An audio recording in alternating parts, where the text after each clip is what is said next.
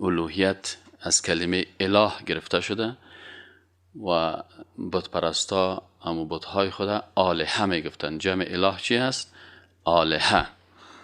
و اله کسی را میگن که او را ذاتش عبادت میکنن و قوانینش تطبیق میکنن. و در اصطلاح علما باز الوهیت به این شکل بیان کردیم که یگانگی الله در تمامی عبادت ها.